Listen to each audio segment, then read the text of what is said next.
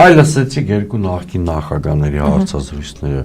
Ամեն օր հասարակությունը լսում է իմ ու մնացած իմ մեր գործընկերների հարցազրույցները։ Հայաստանի ընդդիմադիր որևէ ուժ պատերազմ չի արելու։ Հայաստանի ընդդիմադիր որևէ ուժ չի հայտարարում, որ իշխանության գալու դեպքում հրաժարվելու է միջազգային պարտավորությունից։ Ընդհակառակը փորձում են ինչ-որ լուծումներ առաջարկել ռիսկերը կառավարելու նպատակով։ Մի բան էլ երեք Քոչարյանն էր առաջարկում այդ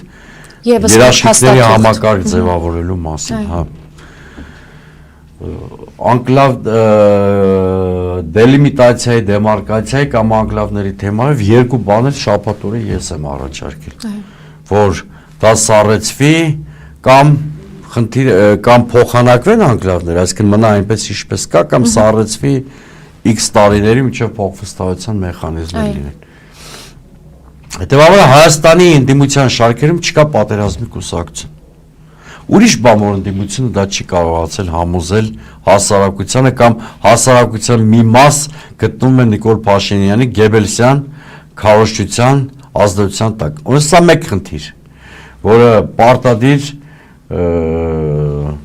ուզեցա նշել։ Պատերազմի հրձիքը չի կարող երաշխավորել խաղաղություն։ Եթե Ադրբեջանի այս բոլոր պահանջները Նիկոլ Փաշինյանը կատարի, մենք խաղաղություն չենք ստանալու։ Ստանալու ենք գերեզմանային լռություն։ Ճիշտ այնպիսին, ինչպես այսօր կա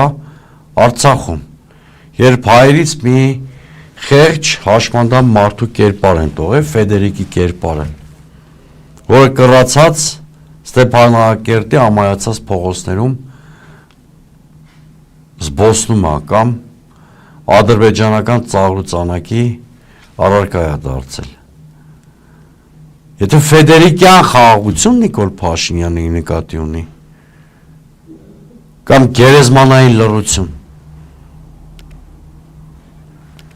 կներեք դա խաղաղություն չի, դա Հայաստանի պետականության ապամոնտաժում է։